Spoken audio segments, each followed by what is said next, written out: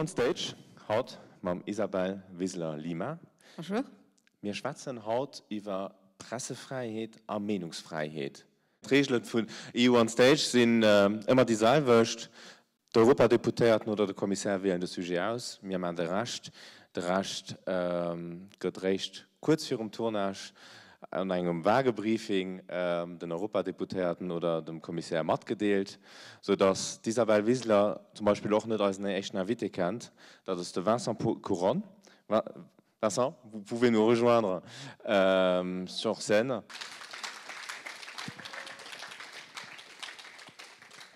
Et maintenant, on peut prendre place et comme vous constatez, on va switcher de langue. Vincent Couronne, votre place est ici. Isabelle Wissler au milieu. Alors, Vincent Couronne, vous êtes venu de Paris hier en train. Merci d'avoir fait le déplacement, l'effort. Vous êtes enseignant à Sciences Po Saint-Germain et vous êtes chercheur à l'université Paris. Et là, j'ai oublié le dernier terme. Paris-Saclay. Saclay, merci d'avoir complété.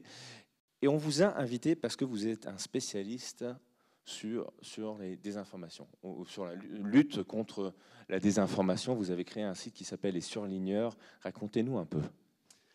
Oui, effectivement, j'ai créé Les Surligneurs il y a maintenant un peu plus de 5 ans. C'est un site qui lutte contre la désinformation et moi je suis juriste. Donc c'est la désinformation dans le domaine du droit et de l'état de droit en fait. C'est à ça qu'on s'attaque essentiellement. Et en fait j'ai créé ça en 2017. On était dans un contexte de Brexit, d'élection de Donald Trump aux États-Unis et je voyais très bien qu'il y avait un affaiblissement de l'état de droit un peu partout en Europe et ailleurs dans le monde aussi évidemment. Parce que tout simplement on oubliait ce que c'est que les règles de l'état de droit. Et dans ces règles de l'état de droit, il y a notamment la liberté d'expression, la liberté de la presse. Et il me paraissait très intéressant d'essayer de lancer une expérience, une expérimentation comme ça avec ce média, pour essayer de voir en fait comment contrôler ou vérifier plutôt la parole des politiques dans le domaine de l'état de droit et de voir en quoi en fait leur parole peut parfois dans certains pays ou de la part de certains partis affaiblir cet état de droit. Et donc on a pris l'angle comme ça de la lutte contre la désinformation pour ce faire.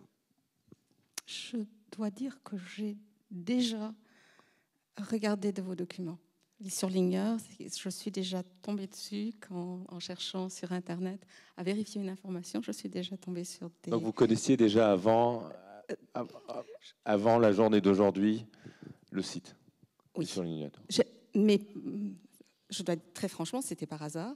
Mais en cherchant des informations, je me rappelle tout à fait, parce que c'est quand même assez spécifique comme titre. Surligneur. C'est tout jaune. Oui, mais vous relevez comment dans le texte des éléments qui ne sont pas corrects.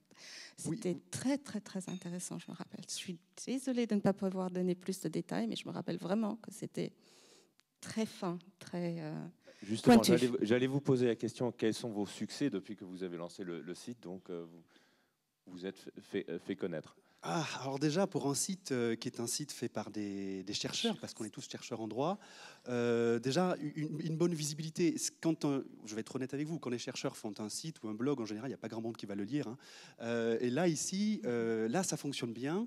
Et pour nous, en fait, on s'est rendu compte que l'apport principal qu'on avait, c'était auprès des autres médias. On a, par exemple, des partenariats avec des médias comme TF1 en France, Le Monde, Public Sénat, qui est une autre chaîne de télévision en France, avec lesquels on travaille pour les aider justement à comprendre comment fonctionne la désinformation, comment fonctionne l'état de droit et comment lutter contre cette désinformation en protégeant l'état de droit. Et ça, je trouve que c'est très intéressant parce que ça renforce la crédibilité des médias avec lesquels on travaille.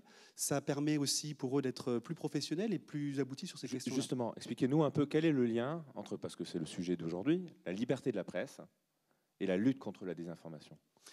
Le lien, il n'est pas évident a priori. Mais quand la guerre en Ukraine a éclaté, on a contacté des médias en Ukraine qui luttent contre la désinformation. Et ils nous ont dit tout de suite que, très clairement, pour eux, depuis des années, ce qu'ils voient, c'est que la propagande russe, la désinformation, essentiellement venue de Russie, avait vraiment préparé le terrain de la guerre, avait préparé les esprits à ça. Et en discutant avec eux, on a fait un entretien qu'on a publié d'ailleurs dans Les Surligneurs, on s'est rendu compte que avant la guerre, ces médias qui luttent contre la désinformation étaient un bon indicateur de la qualité de la liberté de la presse dans le pays. en particulier en Ukraine. Parce qu'un média qui lutte contre la désinformation, il va s'attaquer à la désinformation qui vient certes de l'opposition ou de pays étrangers autour, mais il va aussi s'attaquer à la désinformation qui vient du parti au pouvoir, de la majorité au pouvoir. Et donc c'est là qu'aussi on peut voir la qualité de la liberté de la presse dans un pays, c'est à la capacité d'un média qui lutte contre la désinformation à être le plus objectif possible et à vraiment s'attaquer à l'ensemble de la désinformation, d'où qu'elle vienne, de la majorité ou de l'opposition ou de différents groupes d'intérêt. Et donc c'est ça qu'on a trouvé extrêmement intéressant.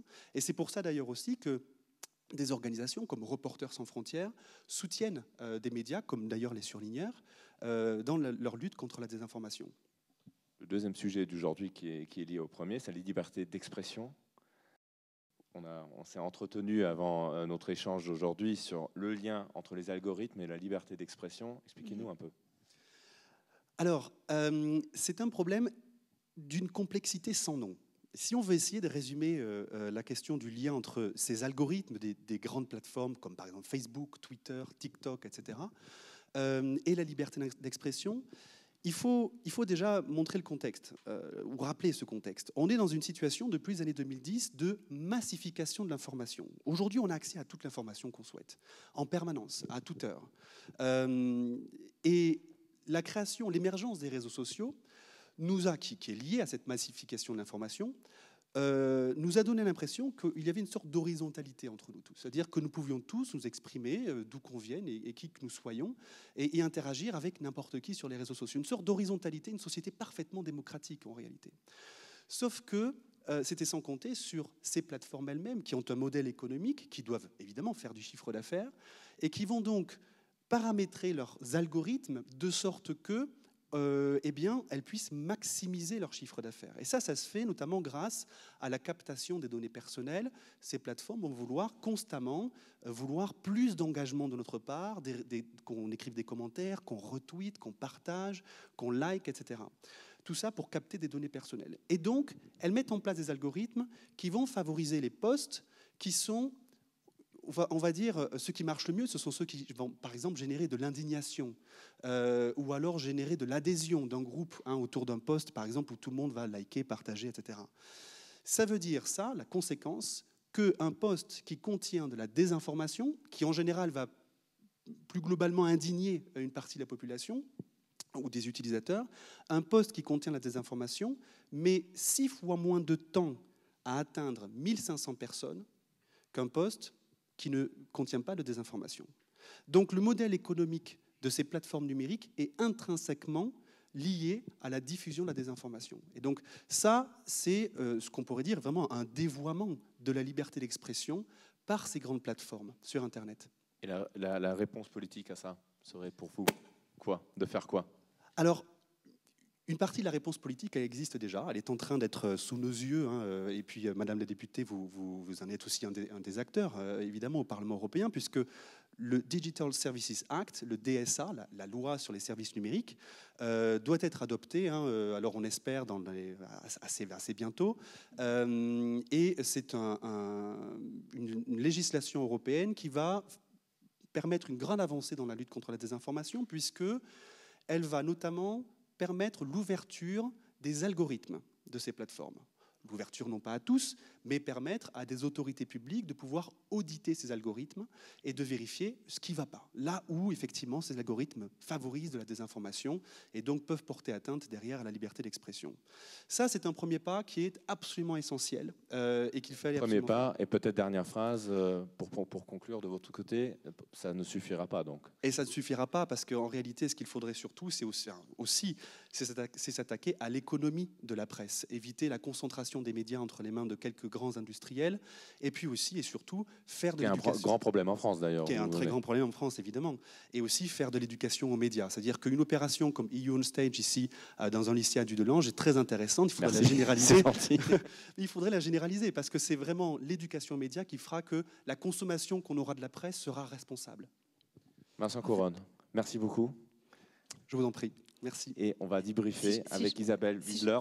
Si je peux seulement un élément par rapport à ce qui vient d'être dit. En fait, les plateformes favorisent les clics. C'est ça. Alors que ce qu'on voudrait, c'est qu'ils favorisent le contenu. Un contenu correct. Mais là, il faut faire attention parce que ce n'est pas juger le contenu, c'est très compliqué. Donc, ce ne sera pas en fait de favoriser le contenu, mais c'est favoriser les sources dignes de confiance. En fait, il faut qu'on puisse dire ces institutions-là, ces services de presse-là font de l'information, pas de la désinformation. Et donc, on sait que la source, elle est correcte. Et après, bien sûr, on ne touche plus au contenu. Parce que sinon, on commence à faire de la... ça peut devenir dangereux. Hallo, switch mal immer Plätze bei euch. Isabel Wiesler, wir haben einen zweiten Sujet von Haut, wo wir mehr über die Situation von Lützeburg schwätzen. Also am Kader von der Freiheit von der Meinungsäußerung, Freiheit von der Presse, wichtiges Sujet auf einem globalen, europäischen, wie gesagt auch Lützeburgischen Niveau. Und da haben wir eine kleine Statistik mitgebracht. Und zwar ein Ranking von Reporters sans Frontières. Das war mal ganz oldschool, die hat auch auf ihre Stillleihen. Da sehen wir Nummer 1 Norwegen, Nummer 2 Dänemark, Nummer 3 Schweden, Nummer 4 Finnland, 4 Estland, 5 Finnland. Der ist froh, was man in Skandinavien richtig. Kann ich das, wo dir so eine Antwort drauf ist?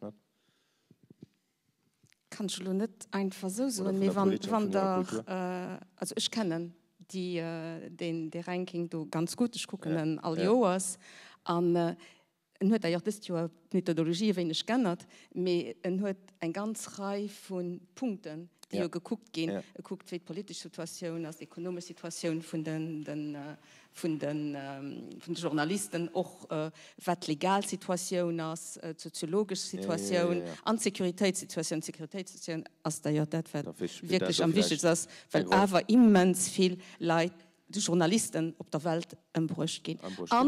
Für dann nächstes Mal bei uns zu kommen, genau, was bislang nicht so war, aber wir haben eine ganz Reihe Journalisten, die auch an der Europäischen Union sind, Brüche gehen und sind da, die wirklich ganz, ganz viel belästigt gehen und die Situation ist ganz schwierig. Lützeburg als 21, hast du einen guten Platz oder wie wäre das? Wir haben 27 Länder an der Europäischen Union. Ich denke, ich weiß noch nicht mehr, was genau an dem Anfangsranking sind. Also geht aber bis auf 180.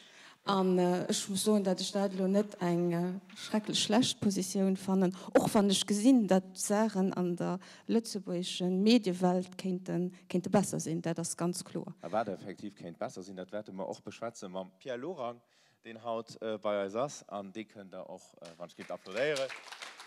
Ich werde Platz wechseln.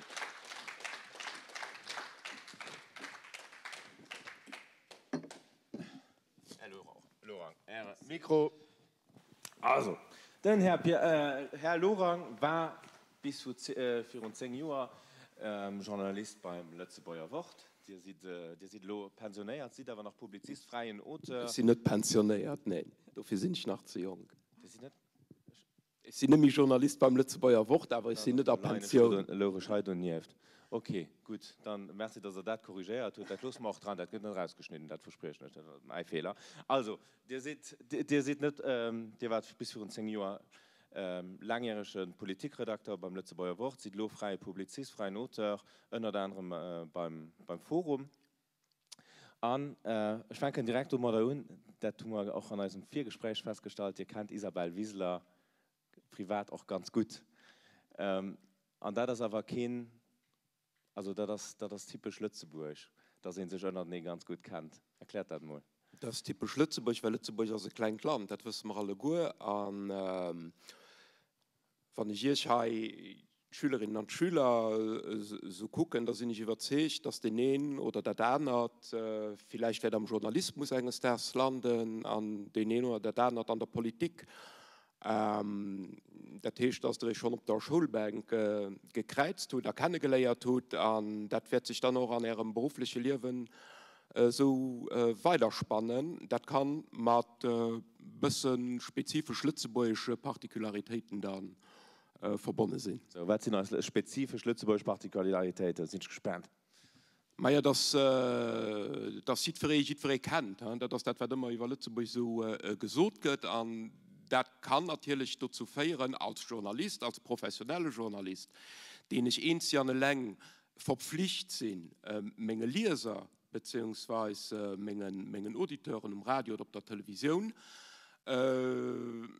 dass ich ja gefolgt kann kommen, eine persönliche Freundschaft, ich mit einem Akteur an der Wirtschaft oder an der Politik, dass ich vielleicht da Loyalitätskonflikte kann kommen, auf der einen Seite zwischen einer professioneller Deontologie und auf der anderen Seite einer persönlicher Freundschaft. Das sind Situationen, mit der ich verreden von den Journalisten zu Lützeburg mal kann, konfrontiert gehen, und das ist nicht immer einfach. Das ist aber nicht Politik, die über das Gesetz der Tote kann regeln. Ich habe gemerkt an den Jahren, die sind ganz jung, aber mit der Zeit merkt man, dass es am Funkgehol aber ein bisschen überall selber ist. Das heißt, Leute aus einer gewissen Konstellation, einer gewissen Gruppe kennen sich dann nicht. Das ist nicht viel anders als in Frankreich, weil das politische Milieu kennt sich. Und schon, dass ich viel mit Journalisten zusammen, weil ich vielleicht nicht an derselben Schulbank zusammen, mit gesagt sich aber oft an, das ist aber so. Schon meine Berufung hat ganz viel Basket gespielt, wenn da ich vorstellen könnte, dass in den Relationen beginnt in Amerika und fängt ihn mit dem zu schwatzen, und der gesagt, dass du eine Relation mit einer Person, die Person auch kennt, zu Lützeburg. Die Sachen sind so. Also die Leute, weil das ganz klein gehen, kennt ihn sich am Fongehol. Ich fand das, also es wird einfach geschieht. Ich meine aber, dass das war möglich ist, für Objektivität zu bringen. Also, nein, ja, Herr Lorang, sind da verstanden, sind das Lützeburg Partikularitäten oder ist das überall selbst? Oder wo geht es vielleicht noch einer Lützeburg Partikularitäten für effektiv weiterzuführen? Also, Isabelle zu Frankreich geschwert, das klar, dass am Pariser Milieu da gibt es eine Reihe von bekannten Politikern, die mit Journalistinnen bestuhlt sind. Das heißt auch da gibt eine gewisse Proximität, aber zu Lützeburg ist das, da sind sich oft schon von der Kantheit kennt, Freundschaften pflegt, und das ist natürlich schon ein bisschen etwas Spezielles. Das kann natürlich Avantagen als Journalist, weil die Wahrheit zu Lützeburg sie kurz. Du musst Bratzumreis auch weil immer gerne am Ausland, wenn wir Promotion für das Land machen. Lützeburg ist das Land von der kurzen Wege, von den pragmatischen Solutionen. Das ist richtig. Das kann für die Journalisten Avantage schon, wenn ich weiß, ich kann den Politiker oder den Beamten oder einem Minister anrufen, dann gibt man dann eine Information. Das kann ganz nützlich sein. Auf der anderen Seite. Das ist nicht institutionell festgehalten. Ne? Das mit der Information. Nee, das ist alles. Von der kennt, dass es praktisch war, nicht gerade schwierig. Das ist alles informell. Und das kann dann Avantagen nur für den an der Situation ist, den kennt, aber für die nicht kennen, die bleiben dann natürlich ein bisschen Bauste für unter dir. Ich kenne ganz konkret Beispiele, das zu Lützeburg unter langen Jahren ein Thema, den Informationszugang. Wir haben zu Lützeburg kein Informationszugangsgesetz für Journalisten, was diese Nummer wirklich gegen verdingen. Das einzige Land zusammen mit Malta an der Europäischen Union. Ja, und das wird schon lange gefordert von den Journalistenverbänden, auch vom Presserat, aber bisweilen, als es nicht so weit kommt, es gibt zwar mittlerweile eine Legislation, aber die geht nicht weit genug, an die ist nicht gut praktikabel. Das werde ich will so. Das ist das, die ihr kennen, das heißt die klassischen Lützeburger Journalisten, die sind befehllich par rapport zu all denen, aber wir haben mittlerweile viele Journalistinnen und Journalisten halt zu Lützeburg, die aber auch aus dem Ausland kommen. Ja? Es gibt ein paar hundert Journalisten halt zu Lützeburg, und die haben natürlich nicht die Moyen wie die Lützeburger, das heißt, die sind benoteiligt. Und da fand ich, dass das rechtsstaatlich bedenklich ist, weil das Egalitätsprinzip außer Kraft gesetzt ist. Wenn ich eine Avantage als Lützeburger zu kennen, da komme ich um die Informationen, die ich brauche. Wenn ich nicht den Avantage und da komme ich nicht dran, dass die Journalisten sind eigentlich an der Praxis, an ihrer beruflichen Praxis nicht gleichgestellt, und das ist nicht gut. Gut, aber was man dazu werte so, oder was Isabelle Wiesler dazu so, wird man der Konklusion festhalten vom EU on Stage von Haut. Herr Lorang, so ein schönes Merci. Gern geschehen.